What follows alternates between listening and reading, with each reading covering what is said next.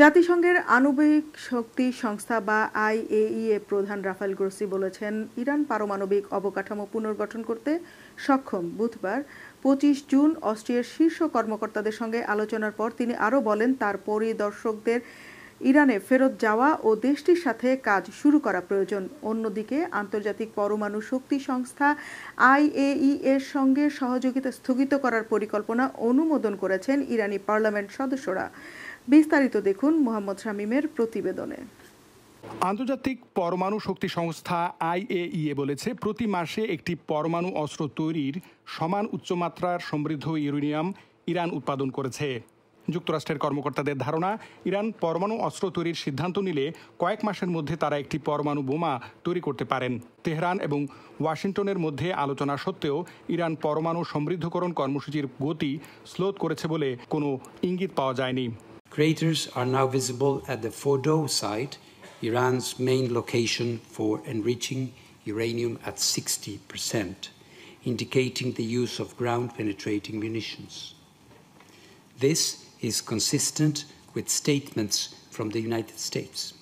At this time, no one, including the IAEA, is in a position to have fully assessed the underground damage at Fordow. Given the explosive payload utilized and the extreme vibration-sensitive nature of centrifuges, very significant damage is expected to have occurred. এরই প্রেক্ষাপটে গত 13 June ইরানের বিরুদ্ধে গোপন সামরিক পারমাণবিক কর্মসূচি পরিচালনার অভিযোগ তুলে বড় ধরনের সামরিক অভিযান শুরু করে ইসরায়েল। একই দিনে ইরান অপারেশন ট্রু প্রমিস 3 চালু করে ইসরায়েলের সামরিক স্থাপনাগুলোয় পাল্টা হামলা চালায়। 22 জুন ইরানের 3টি পারমাণবিক স্থাপনায় মার্কিন যুদ্ধবিমান হামলা চালায়। এর প্রতিক্রিয়ায় 23 জুন কাতারের আল উদেইদ বিমান ঘাঁটিতে মিসাইল এবং ইরাকের তাজি ও ইমাম আলী ঘাঁটিতে ড্রোন হামলা চালায় ইরান। পরে যুদ্ধবিরতির ঘোষণা আসে। ইরান তার পারমাণবিক অবকাঠামো পুনর্গঠন করতে সক্ষম এমন ইঙ্গিত দিয়েছেন জাতিসংঘের পরমাণু নজরদারি সংস্থার প্রধান। We continue to monitor the situation and encourage the Iranian regulator to maintain its contact with the IAEA's Incident and Emergency Center.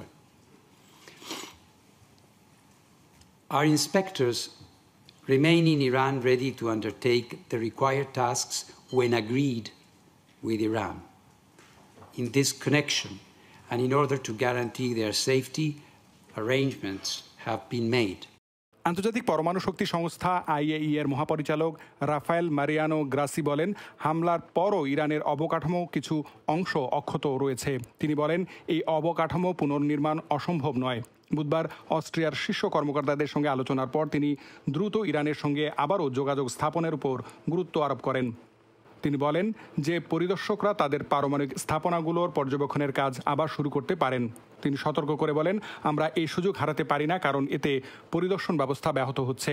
অন্যদিকে আন্তর্জাতিক পরমাণু শক্তি সংস্থা আইএইএ এর সঙ্গে সহযোগিতা স্থগিত করার পরিকল্পনা অনুমোদন করেছে ইরানি পার্লামেন্টারি সদস্যরা।